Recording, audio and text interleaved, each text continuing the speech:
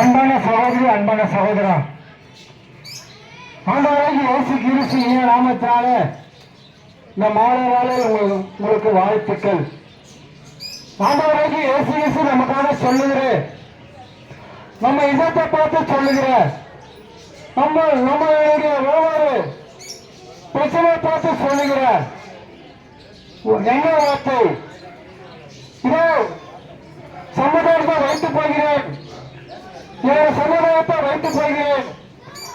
மனிதர்கள் கொடுக்கிற பிறகு நான் எப்போது கொடுப்பதை கேட்டுக் கொண்டிருக்கிற அன்பான பிரியமான சகோதர சகோதரிகளா, நம்ம ஒவ்வொரு நாளும் ஒவ்வொரு பிரச்சனையோட கண்ணீரோட கவலையோடு வாழ்ந்து கொண்டிருக்கிறோம். ஒவ்வொரு காரியத்தினோடு இயங்கிக் கொண்டிருக்கிறோம். இந்த காரியம் நடக்காதா அப்படி என்று ஒரு போராட்டம், நம்ம ஒவ்வொரு பிரச்சனையோட கண்ணீரோட கவலையோட வாழ்ந்து கொண்டிருக்கிறோமே. நமக்கு ஆறுதலான வார்த்தை சொல்ல ஒருவரே இல்லையே. இன்று அனைவரும் ஒவ்வொரு கண்ணீரும் ஒவ்வொரு இயக்கங்கள். இதைதான் கர்த்தர் நம்ம இதத்தை பார்த்து சொல்லுகிறார். இதான சமாதானத்தை வைத்து போகிறேன், சமாதானத்தை வைத்து போகிறேன். மனிதன் கொடுக்கிற பிரயோகம் எப்போது கொடுக்க வேண்டும். ஏன்னா மனிதன் கொடுக்கிற சமாதானம் அதில் நிறைவேற்ற காணப்படுகிறது. வேதத்தில் பார்க்கப்போன 12 வருடமாக பெரும்பாலான ஒரு ஸ்திரீ அவர்களுள்ள உதிரப்போக்க நிமித்தமாக ஒவ்வொரு வேதனைப்பட்டால், கண்ணீரோடு பயணப்பட்டால், அவருக்குள்ள இருந்த கொண்ட பொருள் எல்லாம் விற்று செலவழித்து பார்த்தால், ஆனால் அவருக்குள்ள இருந்த அந்த உதிரப்போக்கம் நல்லாகவில்லை. அப்படி போய் கொண்டிருக்கும் போது அவர்கிட்ட பொண்ணு பொருள் எல்லாம் இருந்தது. அவரை சுற்றி ஜனக்கூட்டங்கள் எல்லாம் இருந்தார்கள். ஓரளவு விசாரிப்பார்கள், நீ எப்படி இருக்கிற, ஏதா இருக்க, சாப்பிட்டு விசாரிப்பார்கள். ஆனால்